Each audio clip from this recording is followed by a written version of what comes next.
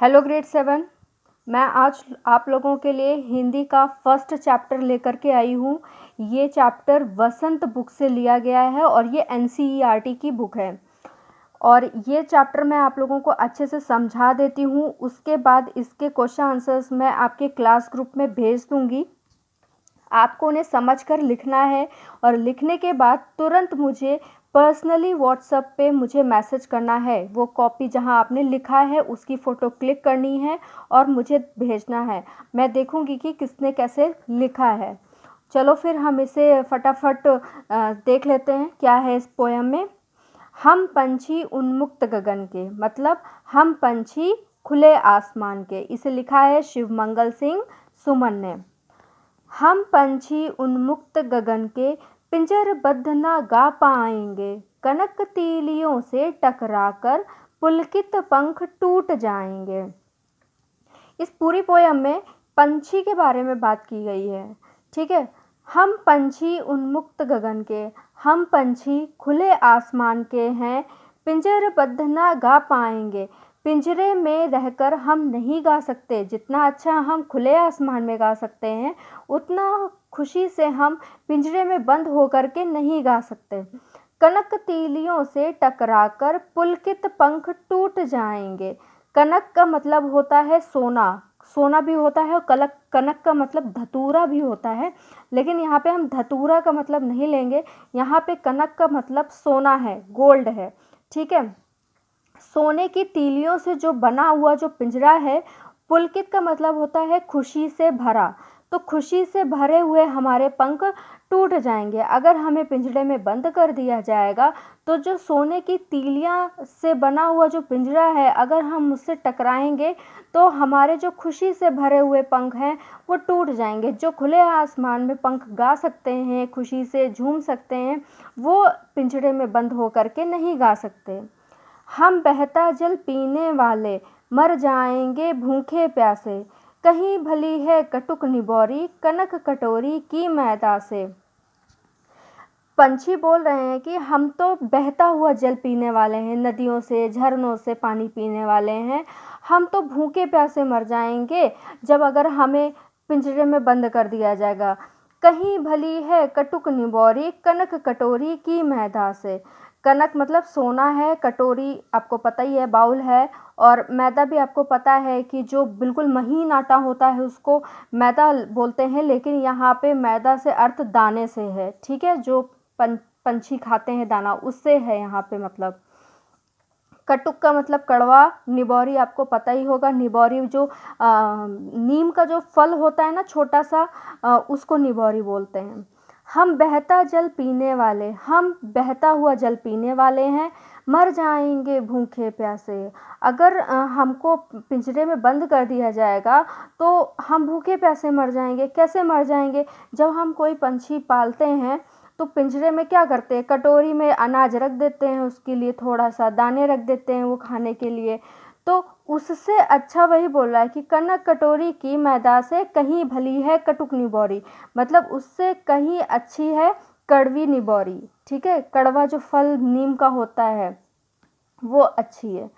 स्वर्ण श्रृंखला के बंधन में अपनी गति उड़ान सब भूले, बस सपनों में देख रहे हैं तरुकी फुनगी पर के झूले। स्वर्ण मतलब सोना, श्रृंखला का मतलब यहाँ पे जंजीरें हैं, के बंधन में, सोने की जंजीरों के बंधन में अगर हम रहेंगे, मतलब अगर हम पिंजरे में रहेंगे तो अपनी गति उड़ान सब भूलें। अगर वो उनको पिंजरे में बंद कर दिया जाए पंछी को तो वो उड़ना भूल जाएंगे ना। तो वही बोल रहे हैं, अपनी गति उड़ान सब भूल जाएंगे, बस सपनों में देख रहे हैं तरुकी फुनगी पर के झूले। तरु का मतलब होता है पेड़ और फुनगी का मतलब होता है पेड़ की ऊंची शाखा। तो अगर हम उन्हें पिंजरे में बंद कर देंगे तो वो सिर्फ सपने देख सकते हैं कि वो पेड़ की ऊंची डाल पर बैठे हुए हैं, और वो सब अपनी उड़ान सब भूल जाएंगे अगर उनको पिंजरे के अंदर बंद कर देंगे। आगे देखते हैं। ऐसे थे अरमान की उड़ते नीले नभ की सीमा पाने, लाल किरण सी चोंच खोल चुकते तारक अनार के दाने।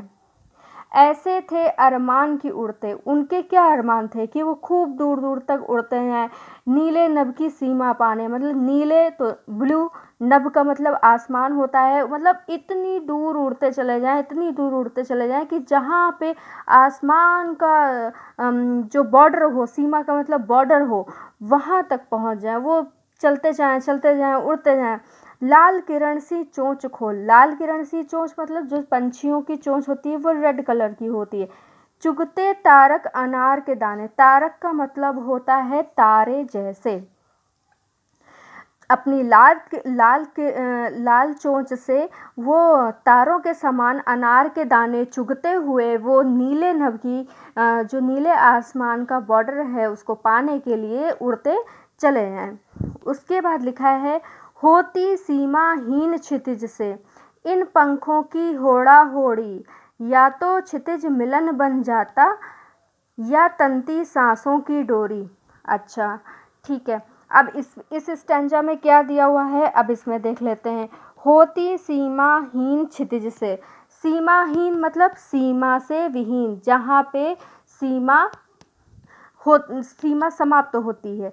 क्षितिज का मतलब क्या होता है? क्षितिज का मतलब होता है जहाँ पर धरती और आकाश आपस में मिलते हैं, उस मिलन को हम क्षितिज बोलते हैं। ठीक है, जहाँ पे धरती और आकाश मिलता है वो क्षितिज कहलाता है। और आपको पता ही है कि धरती और आकाश मिलता नहीं है। लगता है हमें, दूर से हम अगर देखें तो ऐसा लग रहा है कि धरती और आकाश मिल रहा है, लेकिन आप अगर वहाँ तक पहुँचोगे तो आपको फिर आगे खिसकते ही चले जाओगे, आपको छोर नहीं मिलेगा उसका। होती सीमाहीन क्षितिज से इन पंखों की होड़ा होड़ी, या तो क्षितिज मिलन बन जाता या तंती सांसों की डोरी। यही लिखा है कि हम अपने पंखों से उड़ते उड़ते उड़ते उड़ते वहाँ तक चले जाते जहाँ पर क्षितिज की सीमा खत्म हो रही हो, सीमा से विहीन हो रहा हो क्षितिज, वहाँ पर उड़ते उड़ते चले जाते। या तो हमको वो जगह मिल जाती, या तो वो क्षितिज मिल जाता, या फिर हमारी सांसें ही रुक जाती। ठीक है, या तंती सांसों की डोरी। उसके बाद लास्ट एक स्टैंजा है, नीड़ न दो चाहे टहनी का, आश्रय छिन्न भिन्न कर डालो, लेकिन पंख दिए हैं तो आकुल, उड़ान में विघ्न डालो। नीड़ का मतलब होता है नीड़ का मतलब होता है घोंसला।